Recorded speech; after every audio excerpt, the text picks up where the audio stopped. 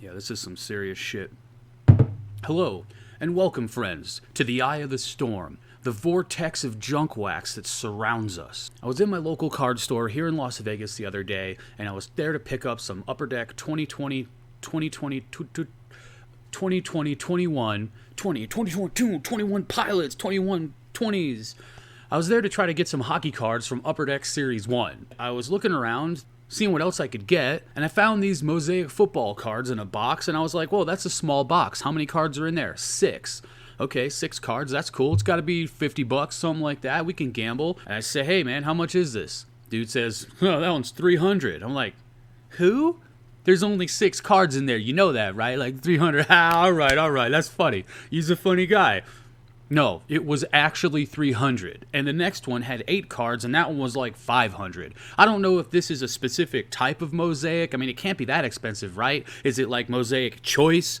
If it is, you should probably make a different one, because the price is getting insane for these cards. Take basketball, for instance. How many guys from the 90s are still super valuable? You have Michael Jordan, Hakeem Olajuwon, Karl Malone, and Charles Barkley, and Clyde Drexler, and guys like Sean Kemp and David Robinson are like a sniff. They're like a 20th of the value. So there's a big disparity between number 1, Michael Jordan, and the rest of those amazing players' rookies. Now, back in the day when the market was hopping, yeah, we call it the junk wax era now, but we're surrounded by it. It's literally everywhere. Every new product. You know how many products Panini alone comes out with every year? It's astounding. The numbers are crazy. So thinking about the value of those basketball players from the 90s that we grew up loving, there's not a lot of them that are worth a lot of money. You can get the best base rookie in the best PSA 10 or BGS 9.5 condition, and it's still a fraction of what Michael Jordan's worth. It's the same thing these days. Is Ja Morant going to be the next Karl Malone?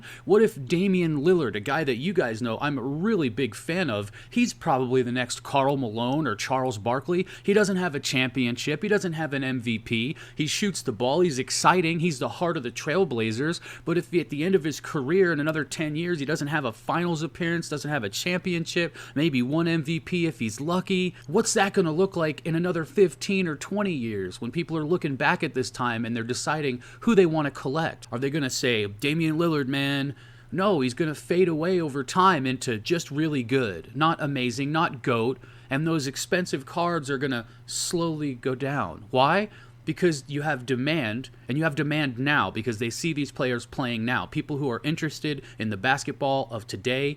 And then you have the supply, which over time, as boxes get opened and all those cards go through the PSA or the BGS or whatever grading process, so the supply is being buffed up slowly over time, and then you have the demand going down slowly over time as someone gets later in their career, they become less relevant to win a championship. All of these things kind of collide, and you have at the end of the day a bigger supply, a lower demand, and then you have the pool of players that are in that area. And you're going to see the cream of the crop. LeBron James, bam, he's right up there. And maybe it's going to be Giannis. Maybe he's going to get up there too. But right now, there's so many other players that are just in that Karl Malone area. Yeah, his best base rookie might be worth $2,000 or something. It's got great condition. It's difficult to get, but it's not the case because we're dealing in a world where Prism is overproduced. I saw a stat today on Twitter that said something like this past year's basketball card submissions is over 543,000 cards,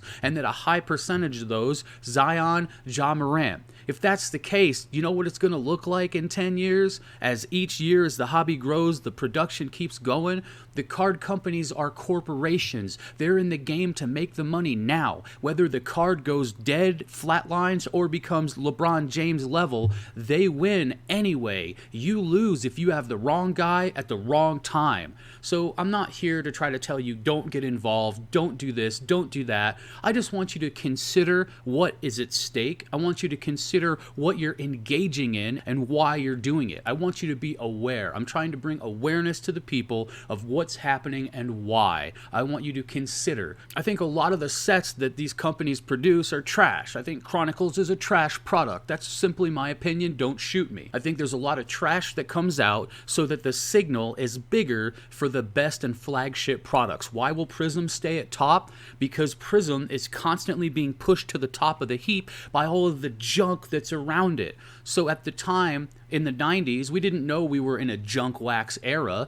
We just knew that there were cards coming out all the time. Some of them looked cool. We bought a bunch of them. The companies won anyway. And it's the same thing today. Take fast food, for example. That's a junk wax market as well. You've got McDonald's with 30-cent cheeseburgers that they're making 20 cents on because it's not anywhere near beef anymore. Horse meat and albacore and whatever the hell else is in the burger. And then they exploit stupid teenagers into getting their first job and working for minimum wage for a week and a half before they quit and go back to listening to little whatever his name is, young, little, how many? I don't know. Market saturation leads to more exploitation. The market is saturated and you're being exploited. Now, as somebody who's into philosophy and meditation and the constant attempt to better myself as a person and a human on this planet, I like to try to think about things from a theory perspective. When I'm out and about, I like to pretend that there are no fast food places, that there are no restaurants around me. And if you go out into the world with this awareness and you look around and you say,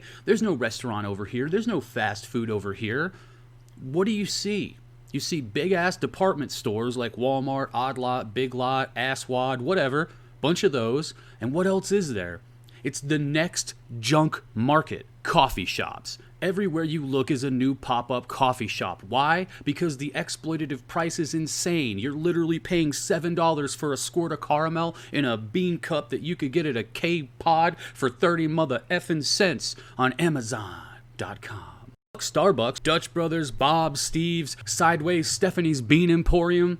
Where's Jack? I got a bean over here and you don't need the stock. But you'll do well if you have the stock. Anytime there's too much interest or demand in a market, something is going to continually happen, and that is exploitation of the people who are overpaying in that market. So whether it's coffee, fast food, or sports cards, you're continually going to see worse and worse products as you buy and buy too much. Why? Because you're grasping. Your desire is overtaking logic, and you are grasping at something that just isn't there. It's just an illusion. You're reaching through the sheets, but you can't find that sweet hip to grab hold of. There's a reason why every football game has nothing but commercials related to fast food, beer, and pizza. You are being subtly manipulated into submission by these corporations. You are submitting health, time, money, and value. As your patronage goes up, the quality goes down. You don't want a McDonald's burger made out of horse and hose. You want that magical bean sprout staring you in the face all ugly because he's healthy for you and he's like,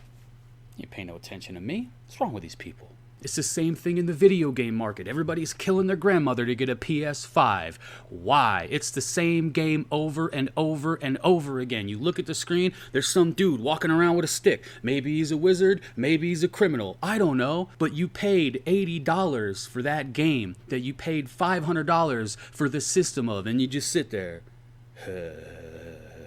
It's not a puzzle anymore. No, the pieces are all in place, and you're the dummy. For me, vintage collectibles are where it's at. Vintage baseball cards, vintage basketball cards, hockey, football, whatever you like, vintage cards are amazing. With vintage collectibles, you have scarcity. They're harder to get. They're harder to get in good condition, so when you do get something nice and the condition's good, the value's often there. The demand is high, and most importantly, it's nostalgia versus hype. Look at the hockey card market in comparison. It steadily climbs, slowly. But the basketball card market's boom, boom, what happened? Woo, woo, he got a new sneaker out, boom, boom, bam, bam, bam. It don't take Bruce Lee to see that the activity comes from hype. The catalyst is whatever is hyping the market. When the hockey is just, yo, man, we love hockey, man, check it out. You know what I'm saying? We's on that hike up the mountain. We love hockey. Nostalgia for vintage collectibles over the hype of modern collectibles. Plus, they were in production, but now they're not, which means all those boxes, if they're not open, some kid ripped them up, threw them in his bike spoke, whatever it was. Think about your favorite band, or what used to be. Their first album was great, man. The first album, that was dope. Second album came out, it was alright, but they weren't as good. By the fourth album, you don't even listen to them anymore. You don't even care. Now they're on TMZ, and they're fat, and they're old, and they've got 4 kids that hate them, and their spouses or other people's spouses, and everybody hates everybody, and TMZ makes money. When you were first in that band and you wanted to get there, you wanted to make it big, you had more incentive and more inspiration because you was a poor, broke-ass mother grinding and trying to succeed. But once you had that success, it was, what drug am I doing today and how many bitches are lined up outside? You can't live like that and continue to be an inspired person. So while I love sports cards, I love the hobby, and I love to see the activity in the hobby and the passion for it, I want you guys to be careful. I want you guys to be aware. There's a lot of trash out there.